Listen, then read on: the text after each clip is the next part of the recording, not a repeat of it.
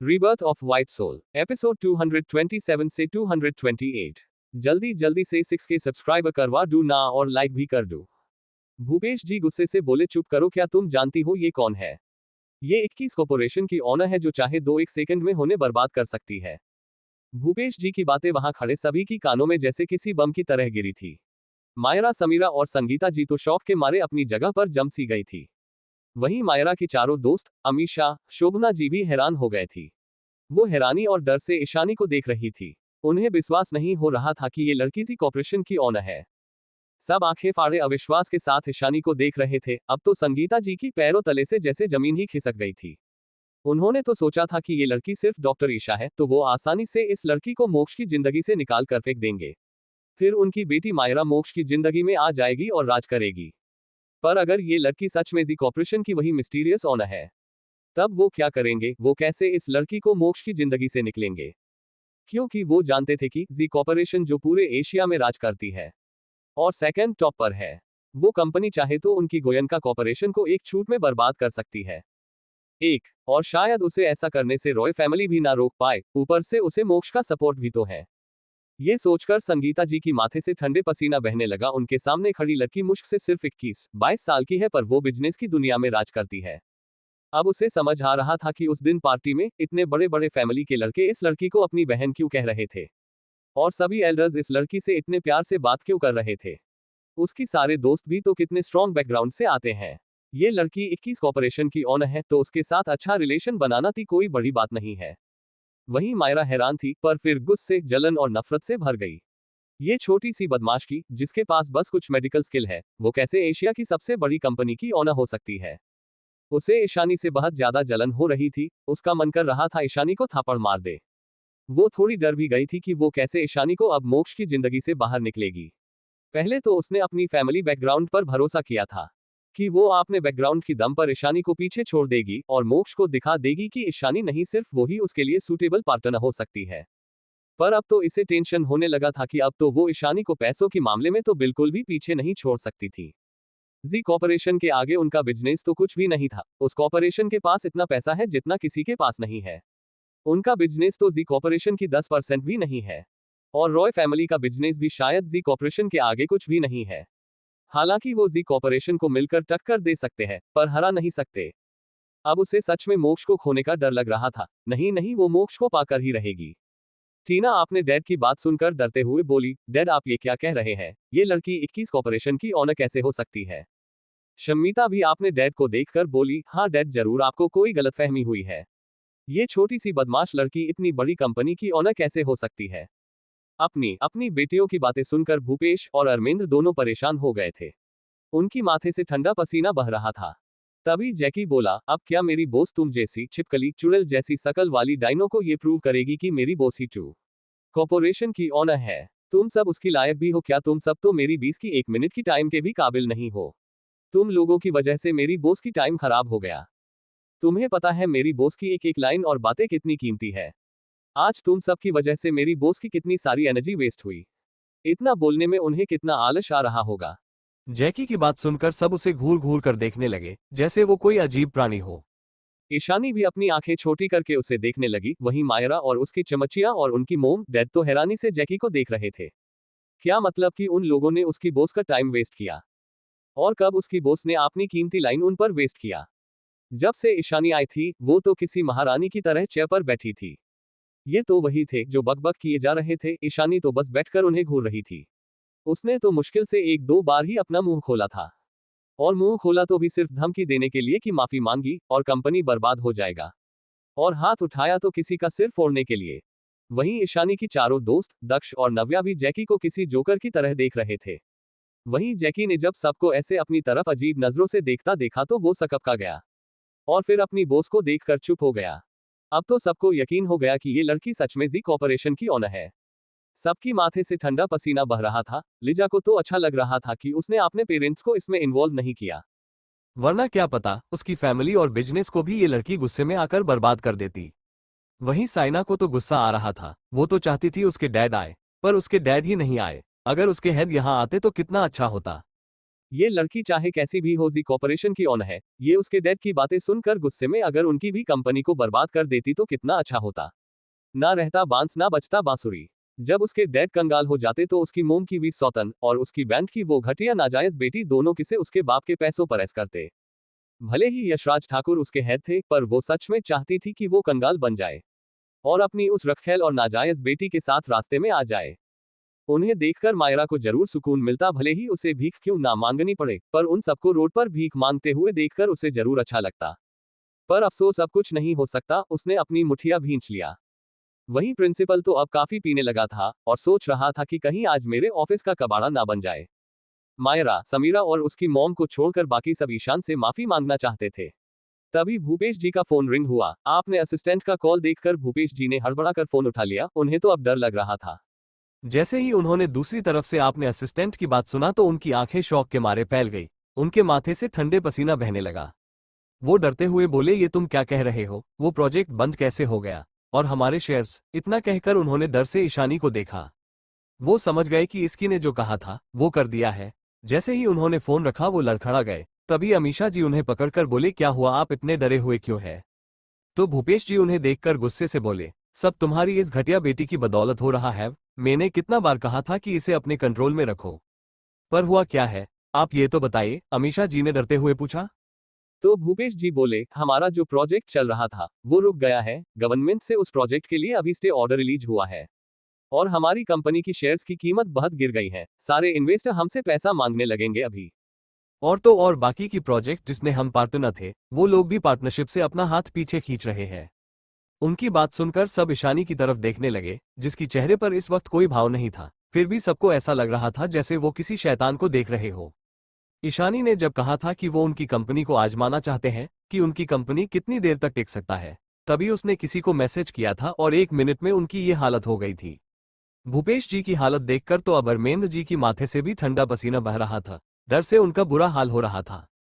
वो अभी के अभी अपनी बेटी तो मारना चाहते थे जिसने उन्हें इतनी बड़ी खतरे में डाल दिया था। वो कुछ सोचते उसके पहले उनका भी फोन रिंग करने लगा। उन्होंने देखा तो ये उनके असिस्टेंट का फोन था, तो वो कांपते हाथों से कॉल रिसीव किया।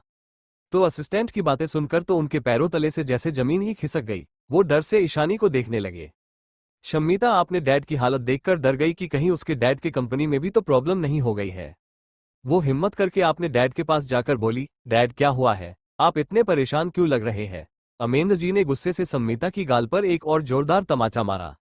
तुम बेवकूफ लड़की, तुम्हारी वजह से ही ये सब हो रहा है। तुम्हारी वजह से मेरे बरसों की मेहनत बर्बाद हो रहा था। तुम हमारे पूरे फैमिली को रोड पर ले आओगी। उनकी बात सुनकर शम्मिता रोने लगी तो शोभना जी अरमेंद्र जी की हाथ को पकड़कर बोले, क्या हुआ, आप उसे फिर से क्यों मार रहे हो? अरमेंद्र जी ने उनकी हाथ को झटक दिया और बोले, ये सब तुम्हारी ज्यादा लाड प्यार का ही नतीजा है, जो वो आज इसी बन गई है, जो किसी को भी कुछ भी कह दे रही है। हमारा बिजनेस बर्बाद हो जाएगा। मेरी लैंड को इलीगल अनाउंस कर दिया है गवर्नमेंट ने और हमारे सारे क्लाइंट्स पीछे हट रहे हैं। अगर ऐसा ही चलता रहा तो कल तक हम पूरी तरह से बर्बाद हो जाएंगे। उनकी बात सुनकर शोभना जी ने अपनी मुंह पर हाथ रख लिया। शम्मिता की तो और भी बुरा हाल था। उसे समझ नहीं आ रहा था ये सब हो क्या रहा है। भूपेश जी जल्दी से ईशानी के पास आकर बोले, मिस ईशानी प्लीज आप ये सब रोक दीजिए। टीना ने गलती की है, हम उसे उसकी सजा देंगे। आप चाहे तो आप खुद अपनी हाथों से उसे सजा दे सकते हैं, पर प्लीज हमारे बिजनेस को बर्बाद मत कीजिए। फिर टीना को देखकर बोले, तुम बेशर्म घटिया लड़की, तुम अभी भी स्टैचू की तरह खड़ी हो। जल्दी से मिस ईशानी की पैरों में गिरकर माफी मांगो। वहीं आपने डैड के मुंह से पहली बार ऐसी गाली सुनकर टीना हैरान हो गई। उस डैड जिनकी वो प्रिंसेस थी वो उसे ऐसे बोल रहे हैं, और तो और घुटनों पर बैठकर माफी मांगने को भी बोल रहे हैं। अरमेंद्र ने भी जल्दी से सम्मिता को घुटनों पर बैठकर मिस ईशानी से माफी मांगने को बोला, जिस वजह से वो सच में इस बार घुटनों पर बैठ गई, क्योंकि उसके पास हिम्मत नहीं थी गुस्सा करने की। और अब तो उसके डैड भी कितने गुस्से में थे। संगीता जी का तो अब डर से बुरा हाल था। उन्होंने देखा कैसे ईशानी ने मिनट में इतनी बड़ी बड़ी दोनों कंपनी को घुटनों पर ला दिया है। अगर वो वरुण की बुआ ना होती तो क्या अब तक उनकी भी कंपनी को इस लड़की ने चुटकियों में बर्बाद नहीं कर दिया होता। भले ही उनकी कंपनी एशिया की टॉप 10 कंपनियों में से एक है, पर वो कितनी देर तक जी कॉर्पोरेशन जैसे पावरफुल कंपनी से फाइट कर सकते थे। टीना भी ना चाहते हुए घुटनों के बल नीचे बैठ गई। उसकी आंखों से आंसू बह रहे थे। तभी जैकी मुंह बनाकर बोला, क्या तुम दोनों की कंपनी की बस इतनी देर ही टिकी? मुझे तो बिल्कुल मजा नहीं आया। मुझे चींटियों से ज्यादा भेड़ियों से खेलने में मजा आता है। एक बोस, इन लोगों की कंपनी तो जोक से ज्यादा कुछ नहीं है। उसकी बातें सुनकर ईशानी की चारों दोस्त दक्ष और नव्या को हंसी आ गई। टीना और सम्मीता नीचे सिर झुकाते हुए गुस्से की घूंट पीकर शर्मिंदगी की भाव से बोले, आई एम सॉरी ईशानी, हमें तुम्हें ऐसे बात नहीं बोलनी चाहिए था, मुझसे गलती हो गई। उनकी बात सुनकर जैकी बोला, जब मेरी बॉस को कल कैंटीन में सबके सामने बेइज्जत करने की कोशिश में इतने जोर से बोल रहे थे, तो अब तुम दोनों का आवाज इतना कमजोर क्यों लग रहा है? वहीं समर्थ और सात्विक जो बाहर यारे सब सुन रहे थे, तो दोनों तो जैसे अपनी जगह पर जम से गए थे। टीना और सम्मीता नीचे सिर झुकाते हुए गुस्से की घूंट पीकर शर्मिंदगी की भाव से बोले, आई एम सॉरी ईशानी, हमें तुम्हें ऐसे बात नहीं बोलनी चाहिए था, मुझसे गलती हो गई। उनकी बात सुनकर जैकी बोला, जब मेरी बॉस को कल कैंटीन में सबके सामने बेइज्जत करने की कोशिश में इतने जोर से बोल रहे थे, तो अब तुम दोनों का आवाज इतना कमजोर क्यों लग रहा है? वहीं समर्थ और सात्विक जो बाहर खड़े सब सुन रहे थे, वो दोनों तो जैसे अपनी जगह पर जम से गए थे। उन दोनों को तो भरोसा ही नहीं हो रहा था कि ये लड़की ईशानी जी कॉर्पोरेशन जैसी इतनी बड़ी कंपनी की ओनर है। वो भी इतनी कम उम्र में। अभी तो वो अपने फैमिली से बिजनेस ही सीख रहे हैं, पर ये लड़की ऑलरेडी बिजनेस की दुनिया की रानी है। समर्थ के दोस्त भी हैरान थे। वो तो ये सोच रहे थे कि अगर ये लड़की ईशानी ने समर्थ को अपना भी लिया, तो भी समर्थ के घर वाले इस रिश्ते के लिए कभी नहीं मानेंगे। क्योंकि सबको पता था कि समर्थ की मोम चाहती है कि उनकी दोस्त की बेटी जिया त्रिपाठी ही उनकी घर के बहू बने। पर अगर मायरा को समर्थ पसंद होता तो वो मायरा की शादी भी करा देती समर्थ के साथ, क्योंकि मायरा एक बहुत बड़ी फैमिली की बेटी थी, जिनकी रिलेशन रॉय फैमिली और राजवंश फैमिली के साथ भी था। पर अगर ईशानी और समर्थ रिलेशन में आते, तो शायद समर्थ की मोम कभी उनके रिश्ते के लिए नहीं मानते। भले ही ईशानी मेहरा फैमिली से ही क्यों ना हो, पर मेहरा फैमिली सिंघानिया फैमिली के सामने कुछ भी नहीं था। और समर्थ की मोम को आपने से नीची स्टेटस के लोगों में ज्यादा कोई इंटरेस्ट नहीं था। वो आपने बराबरी की रिश्तेदारी चाहती थी। तो वो कभी इनके रिश्ते के लिए नहीं मानती, और इसी बात का डर उन तीनों को था कि कहीं समर्थ कुछ गलत ना कर दे अपने प्यार और पागलपन में। पर अब सब अलग था। अब तो ईशानी के आगे सिंघानिया फैमिली कुछ भी नहीं है, और ईशानी की कोल्ड पर्सनैलिटी के हिसाब से वो कभी भी समर्थ को चांस भी नहीं देगी। प्यार करना तो दूर की बात, भला इतनी बड़ी कंपनी की ऑनर को भला सिंघानिया फैमिली की बहू बनने की क्या जरूरत है? सात्विक तो बस ईशानी की साइड फेस को देखे जा रहा था। उसके मन में हजार सवाल उठ रहे थे। क्या ईशानी इतनी बड़ी कंपनी की ऑनर है, तो क्या वो कभी उसके प्यार को एक्सेप्ट नहीं करेगी? नहीं नहीं, भले ही वो कितनी भी बड़ी कंपनी की ऑनर क्यों ना हो, पर उसके सच्चे प्यार की एहसास वो कैसे भी करके ईशानी को करा के ही रहेगा। अब तक वहां रेहान और अयान भी आ गए थे। रेहान के दोस्तों ने उसे बताया था कि उसकी बहन को प्रिंसिपल ऑफिस में बुलाया गया है, इसलिए वो अयान के साथ जल्दी ही यहां आ गया था। पर वो केबिन में नहीं जा पा रहा था। अंदर उसने देखा कि ईशानी ठीक है, तो रेहान और अयान दोनों ने चैन की सांस लिए। वहीं जैकी की बात सुनकर टीना और शम्मिता दोनों को गुस्सा आ रहा था, पर वो कर भी क्या सकती थी। शर्मिंदगी के बाद भी वो दोनों घुटनों पर बैठे हुए थे। जैकी बोला, जैसे कल कैंटीन में चिल्ला रही थी, वैसे ही चिल्लाकर जोर से माफी मांगो ताकि सबको क्लियरली सुनाई दे जाए। उसकी बात सुनकर टीना और सम्मिता दोनों ने गुस्से से मुठिया कस ली। तभी टीना के डैड गुस्से से बोले, क्या तुम्हें सुनाई नहीं दे रहा है? तेज आवाज में बोलो ताकि सबको सुनाई दे। उनकी गुस्से भरी आवाज सुनकर टीना डर गई। फिर दोनों ने तेज आवाज में बोले, सॉरी ईशानी। उन दोनों ने इतना ही कहा था कि अरमेंद्र जी गुस्से से बोले, मिस ईशानी बोलो, रिस्पेक्ट देकर बात करो। उनकी बात सुनकर दोनों ना चाहते हुए भी दांत पिसकर अपने गुस्से को दबाते हुए बोले, सॉरी मिस ईशानी, मुझे माफ कर दो। मैंने सब जो भी गलत बोला उसके लिए आई एम सॉरी। आगे से ऐसा कभी नहीं होगा। उन दोनों की बातें सुनकर जैकी हंसते हुए बोला, आह मेरे दिल को इस वक्त बहुत सुकून मिल रहा है। इन दोनों चुड़ैल की मुंह से इतनी सिंसियर सॉरी सुनकर, वाह वाह। उसकी एक्टिंग देखकर सबको हंसी आ रही थी, सिर्फ ईशानी और मायरा, उसकी दोस्त और फैमिली को छोड़कर, क्योंकि वो सब तो गुस्से से उबल रहे थे। समीरा, मायरा और संगीता जी की माथे से तो ठंडा पसीना बह रहा था कि कहीं इसके बाद ईशानी उनकी कंपनी तो टारगेट करने ना लग जाए, क्योंकि उस एग्जीबिशन के बाद ऑलरेडी उन्हें लॉस हुआ था। अब अगर ईशानी ने इन दास और कुमार फैमिली की तरह उनकी बिजनेस को बर्बाद करना शुरू कर दिया तो क्या होगा? पिछली बार की वजह से नीलेश जी ने ऑलरेडी उन्हें बहुत सुनाया था। अब एक और लॉस सहने के लिए वो बिल्कुल भी रेडी नहीं थे। और तो और इस ईशानी की बात आने पर अब तो रॉय फैमिली भी उनका साथ नहीं देती थी। तो वो क्या करेंगे? अगर ईशानी ने सेम चीज उनके साथ किया तो वो उस क्राइसिस को कैसे हैंडल करेंगे? तभी उनकी फोन भी रिंग करने लगा। उन्होंने डरते हुए फोन देखा तो कॉल उनके पति की तरफ से था। नीलेश जी का कॉल देखकर संगीता जी बुरी तरह से घबराने लगी और डरते डरते उन्होंने कॉल रिसीव कर लिया। जैसे ही उन्होंने हेलो बोला, उधर से नीलेश जी की गुस्से से चिल्लाने की आवाज आने लगी, बेवकूफ औरत, किससे तुमने पंगा ले लिया? और मायरा और समीरा कहाँ है? तुम तीनों ने किसको नाराज किया है जो मुझे इतना प्रॉब्लम फेस करनी पड़ रही है? तुम सब क्या मेरे पूरे बिजनेस को बर्बाद करने में लगे हुए हो? उनकी आवाज इतनी तेज थी कि आवाज सब सुन रहे थे, क्योंकि संगीता जी का हाथ थोड़ा कांप रहा था। जिस वजह से उन्होंने गलती से स्पीकर ऑन कर दिया था। दाश फैमिली और कुमार फैमिली को उनकी बातें सुनकर बहुत सुकून मिल रहा था कि चलो कम से कम सिर्फ उनका बिजनेस ही बर्बाद तो नहीं होने वाला है। अब तो गोयनका फैमिली बिजनेस भी उनकी तरह शायद हो जाए, अगर सही टाइम पर रॉय फैमिली की मदद ना मिले तो। वहीं संगीता जी, मायरा और समीरा तीनों डर से इथानी की तरफ देखने लगी, जैसे उनके सामने कोई शैतान की देवी खड़ी हो। उन्हें अपने सामने खड़ी इमोशनलेस ठंडी लड़की इस वक्त बहुत डरावनी लग रही थी, जैसे वो अभी सबको निगल जाएगी। जब संगीता जी कुछ नहीं बोली तो उधर से नीलेश जी गुस्से से बोले, क्या तुम्हें सुनाई नहीं दे रही है? क्या तुम बहरी हो गई हो? उनकी आवाज से संगीता जी होश में आए और हड़बड़ा कर डरते हुए बोली, नहीं नहीं, मैंने तो कुछ नहीं किया, और मायरा और समीरा भी मेरे साथ है, वो मैं उनके कॉलेज में हूँ। उनकी बात सुनकर नीलेश जी और भी गुस्से में आ गए। वो गरजते हुए बोले, क्या कहा तुमने? तुम सबने कुछ नहीं किया। तुम जानते भी हो 2 मिनट के अंदर कंपनी में क्या ही गया है, हमें कितना लॉस हो रहा है इस वक्त। मेरे न्यू होटल की प्रोजेक्ट को बंद कर दिया गया है। हमारे लेक साइड प्रोजेक्ट को भी गवर्नमेंट ने रोक लिया है, स्टे ऑर्डर आया है। और तो और कुछ शेयर होल्डर ने अपने शेयर्स बेच दिया है।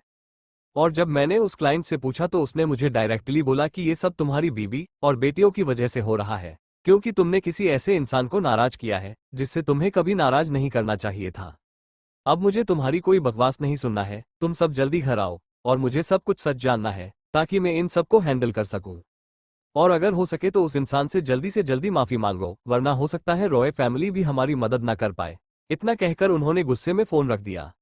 उनकी बात सुनकर तो मायरा और समीरा भी हैरान थी। क्या सच में ये ईशानी इतनी ज्यादा पावरफुल है जो इसने गोयनका फैमिली की बिजनेस को इतनी आसानी से बर्बादी की कगार पर ला दिया?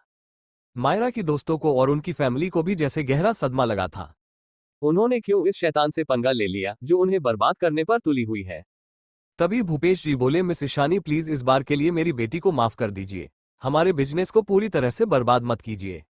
अरमेंद्र जी भी वही बात कहने लगे। वहीं असीमा जी और शोभना जी ने शर्मिंदगी से अपना सिर झुका लिया था। उन दोनों ने सोचा नहीं था कि ये लड़की इतनी बड़ी हस्ती होगी। एक ईशानी ने जैकी को कुछ इशारा किया। जैकी उन्हें देखकर बोला, ठीक है जाओ तुम लोग, पर याद रखना अगर मेरी बॉस को तुम दोनों की बेटी ने फिर से परेशान करने की कोशिश की तो इस बार तो जिंदा छोड़ दिया है। और अभी भी तुम दोनों के पास कुछ प्रॉपर्टी तो होंगे ही, अगली बार ना तुम्हारे इन बेटियों की लाश मिलेगी और ना ही बिजनेस थोड़ा भी बचेगा। उसकी बात सुनकर वो सब डर गए। बिजनेस वर्ल्ड में सब्जी कॉर्पोरेशन की सीईओ की क्वालिटी को जानते थे। वो अच्छी तरह से जानते थे कि ये लड़का उन्हें खाली धमकियां तो नहीं दे रहा है, वो उनकी बेटियों को मारकर गायब कर देंगे, पर वो ढूंढ भी नहीं पाएंगे।